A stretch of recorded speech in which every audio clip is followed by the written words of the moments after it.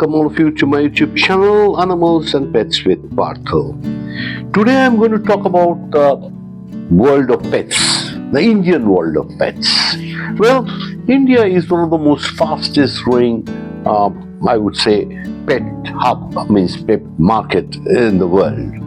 In fact, India has been a target of European dog breeders, and there are hundreds and hundreds of dogs coming into the different cities of India via the porous borders, and they are mostly smuggled in because dog importation is strictly scheduled, and it is banned otherwise unless there is a specific reason for which you can seek a permission or a license to import dogs through proper channel. But then our administration and the different soft airports and of course the porous borders that we share with international other neighboring countries make it impossible to control this smuggled dogs into the India.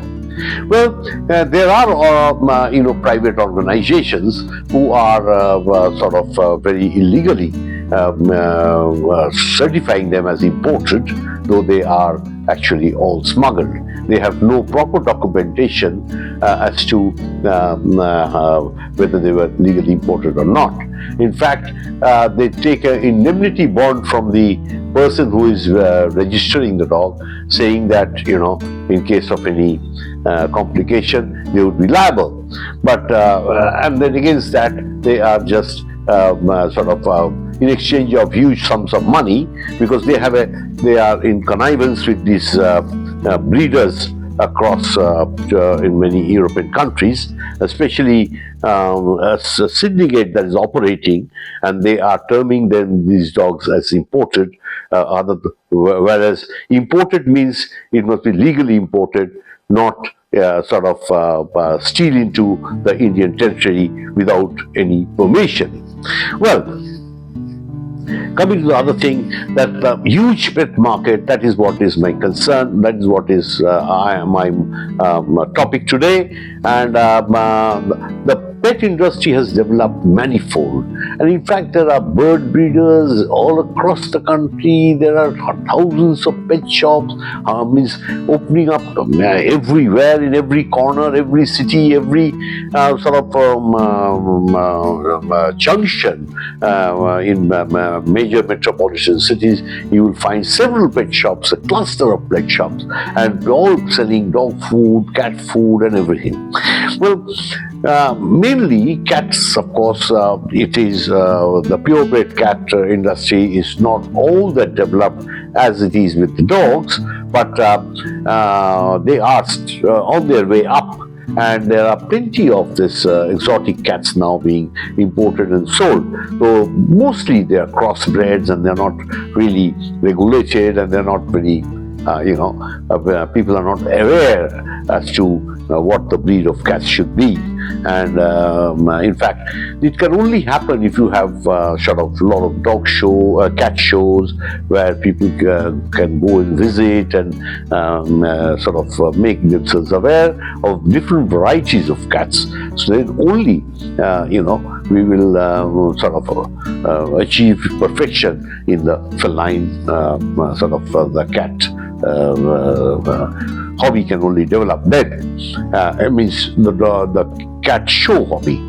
Well, the dogs have been here, and hundreds of years the dog shows have been going on, and of course now, because the dog shows have all been corrupted by this person who runs a syndicate, that's why we find that the numbers in dog shows have dwindled manifold, and where we used to easily get 500-600 entries, we get only about 70-80 present dogs in most of the major shows in the country.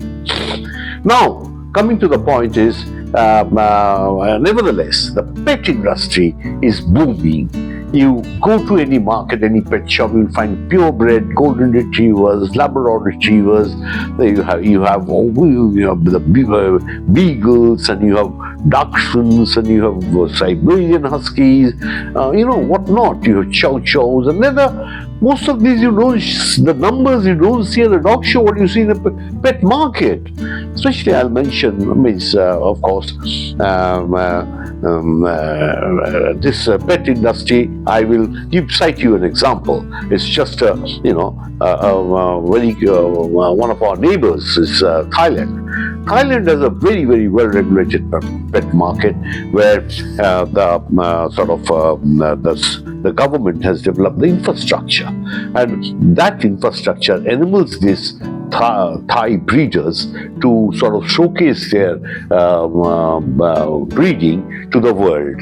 And the market is so well licensing, and different countries have different quarantine rules, and when anybody wants to export, he has to comply to those rules that is available to them easily, and also they are helped how to comply to the rules so that they are able to export.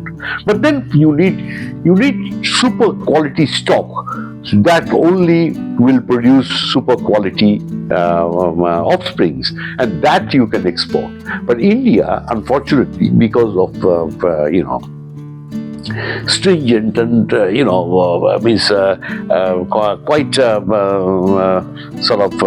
difficult import system for animals, which is thoughtless, of course. I think, and unless you have that excellent quality that the world will want, unless you're able to import the parent stock, you cannot produce good stock. Now, so just for an example, if you only Alfonso, if you're going to produce Alfonso mangoes, you got to have good Alfonso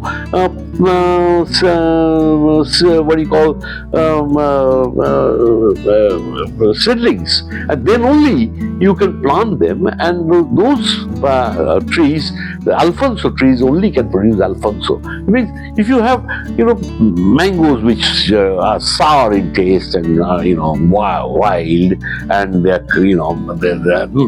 cross and all that. So what happens is you can't get a market for them, and only you can sell them domestically at a lower price and somehow. But then what happens is you are missing out on the export.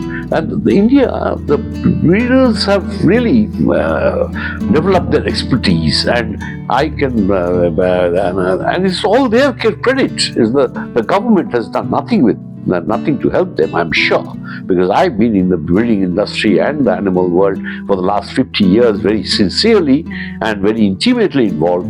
I know that the breeders across this country have done Hercules sort of a fantastic job because they have developed the skills and the art of breeding and propagating different varieties of birds, fishes, dogs, and whatnot. But then the parent quality is, of course, wanting. So the government should develop not only the market system should be well planned, and so that the buyers can drive in and have a look at the animal. Now, if you, just for an example, if you look at the market here in Calcutta, which is the Khalif Street market, which is one of the oldest, which was earlier in Hatibagan and now shifted to Khalif Street. But then you see the crowd that goes there. A person can barely walk. If you just go into the market, you just pushed all along, and you can't even stop anywhere to look at the animals. Now, one has to do regulated. It's only a one-day market, the Sunday market, but if they can span it over 2 days, the crowd can be distributed.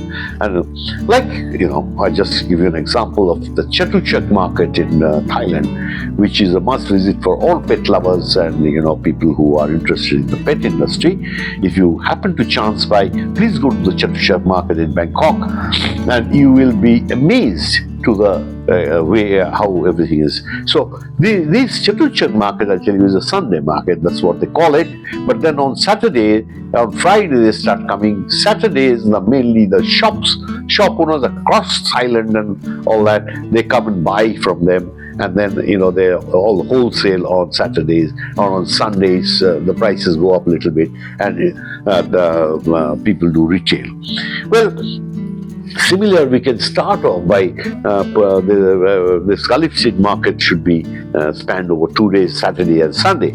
So somehow we should think that there is procedure. I could definitely help, because I have been studying the pet market all across the world, wherever I have visited, across to 30 odd countries, where I've judged dog shows.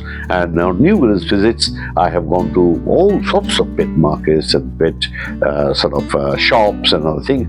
So I have a fair idea as to how things could be done. So my advice is, of course, free. If institutions or market, people who are developing these markets, if they wish to have my advice, they're most welcome to contact me, and I shall be most happy to guide them as to what is the way they should go about. Thank you, and see you again in my next episode. India, but before I conclude, let me just tell you that India is the fastest growing pet market in the world.